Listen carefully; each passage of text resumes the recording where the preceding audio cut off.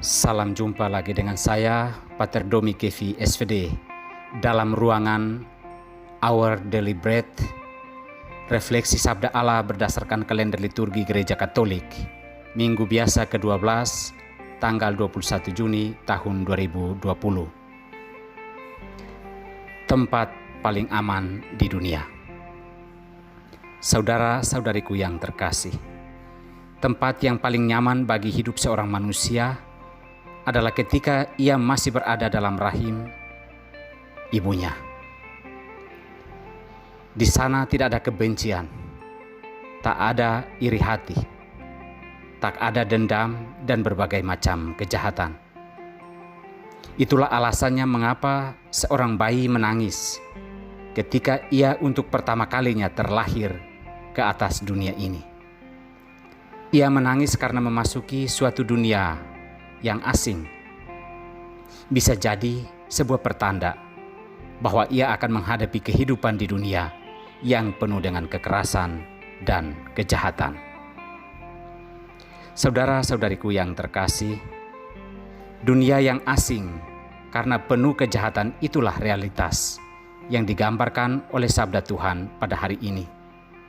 Yesaya mendengar dari berbagai sudut bisikan persekongkolan anak-anak manusia yang berbincang tentang bagaimana menghancurkan kehidupan Yeremia.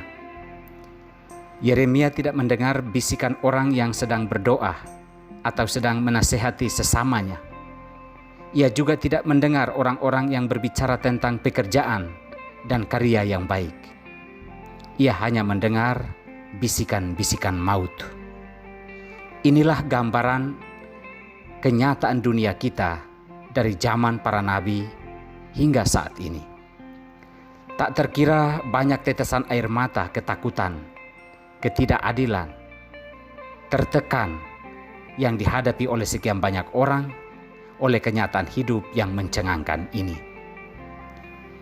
Pertanyaannya adalah, di manakah rahim nyaman buat kehidupan manusia yang telah terlanjur lahir di atas dunia ini? Ini hanya sebuah gugatan nurani. Saudara-saudariku yang terkasih, Yesus menegaskan sebuah optimisme hidup di tengah kenyataan hidup yang tak senyaman rahim seorang ibu. Kepada murid-muridnya, Yesus menegaskan, "Jangan kamu takut terhadap mereka yang memusuhimu." Lebih lanjut, Yesus mengatakan bahwa jika burung pipit saja tak seekor pun jatuh jika Allah tidak menghendaki, apalagi kita manusia. Bahkan seluruh rambut kita pun telah dihitung oleh Allah.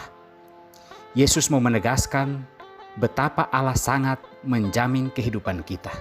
Dan dialah tempat yang paling aman di dunia ini ketika berbagai macam persoalan hidup seolah-olah melilit kehidupan kita.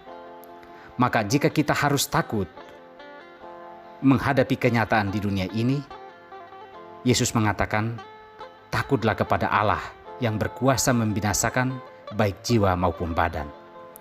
Yesus tidak berbicara tentang sebuah kehidupan bebas masalah, tetapi ia mau menekankan betapa kita membutuhkan Allah yang menguatkan kita menghadapi bisikan rancangan kejahatan manusia yang mengikhtiarkan kehancuran sesamanya.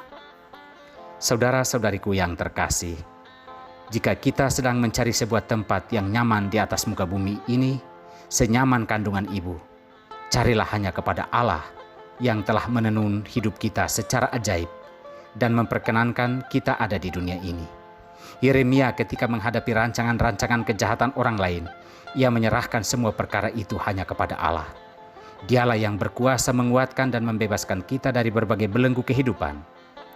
Yesus adalah jaminan Allah yang datang untuk membebaskan kita dari berbagai belenggu kehidupan, terutama belenggu dosa yang menjadi ancaman serius keselamatan jiwa kita.